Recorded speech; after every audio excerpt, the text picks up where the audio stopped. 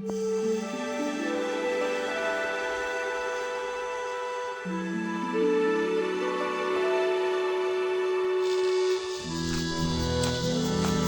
সামনে আমরা যাচ্ছি খ্যামসাং পাড়ায়, ওখানে গিয়ে একটু রেস্ট নেব। দেন আমাদের মেইন টার্গেট হচ্ছে রুংরাং। তো এখানে সামনে আপনারা দেখতে পাবেন অনেক সুন্দর সুন্দর পাহাড়ের দৃশ্য। আর ম্যাক্সিমাম লোক যারা ক্রিস্তংয়ে সামিট করতে আসেন সবাই খ্যামসাং পাড়া হয়ে প্রথমে হচ্ছে মিনিয়াং পাড়া, দেন হচ্ছে রুংরাং, এবং তারপরে হচ্ছে আপনার খ্যামসাং পাড়া হয়ে আপনার ক্রিস্তং। তো এখানে আপনারা এভাবেও আসতে পারেন। আমার রুটটা ছিল দোসরি বাজার থেকে আমরা প্রথমে পালংখিয়াং যাই, পালংখিয়াং থেকে উঠে এসে আমরা চাকলামপাড়া, দেন হচ্ছে আমরা গতকাল রাত্রে ছিলাম হচ্ছে আপনার টঙ্গাইপাড়া। আজ আমরা ক্রিস্তং হয়ে আমরা চলে যাচ্ছি খ্যামসাং পাড়ার উদ্দেশ্যে। এখানে দেখেন এই যে সামনে বড় বড় ট্রপিক্যাল ফরেস্ট, জঙ্গল, এগুলো পার করে আমরা নিচে নেমে যাব, ওখানে গিয়ে খ্যামসাং পাড়া। তো খ্যামসাং পাড়ায় গিয়ে আপনাদের সাথে কথা হবে। তো এই পর্বে আপনারা দেখলেন ক্রিস্তং এবং আমরা কীভাবে খ্যামসাং পাড়ায় পৌঁছাবো সেটাও আপনাদেরকে দেখাবো।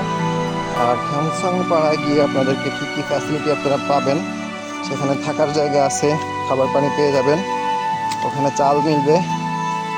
সো এই ধরনের ফ্যাসিলিটি প্রত্যেকটা পাড়ায় আপনি পাবেন। কিছু কিছু পাড়ায় আপনার বাথরুম নেই, আর কিছু কিছু পাড়ায় আপনি বাথরুমের ফ্যাসিলিটিও পেয়ে যাবেন।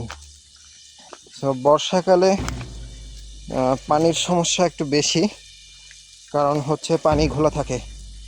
আর যদি আপনি বর্ষা এবং শীতকালের মাঝামাঝি টাইমে আসেন, অক্টোবর এবং সেপ্টেম্বর থেকে ডিসেম্বর, এই টাইমটা ক্রিস্তং রুংরাংয়ের জন্য সবথেকে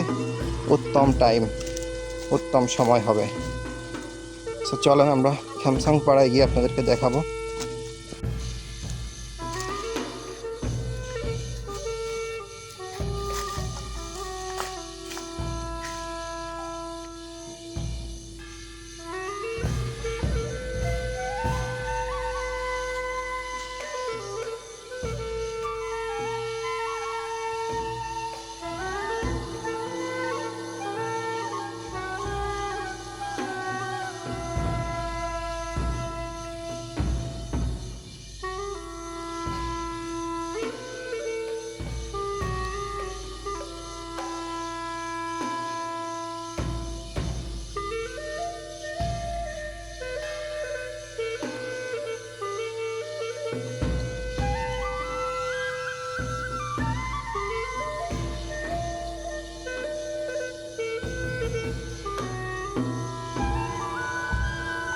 চলে আসছি খ্যামসাং পাড়া।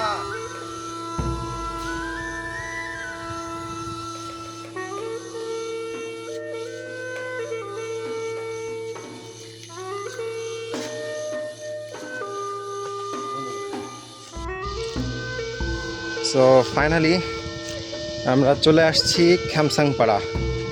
এটাই হচ্ছে ক্রিস্তংয়ে সামিটের প্রথম আশ্রয়স্থল। যেহেতু আমরা উল্টো পথ দিয়ে আসছি, সেজন্য এটা পরে পড়ছে, কারণ আমরা ক্রিস্তং সামিট করে দেন খ্যামসাং পাড়ায় পৌঁছে গেলাম। এই যে সামনে পাড়াটা দেখেন, এটাই খ্যামসাং পাড়া। খ্যামসাং পাড়া একটা লোক দেখা যাচ্ছে,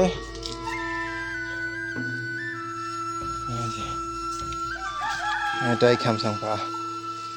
সো এখানেই সমাপ্ত করলাম আমাদের ক্রিস্তং সামিট।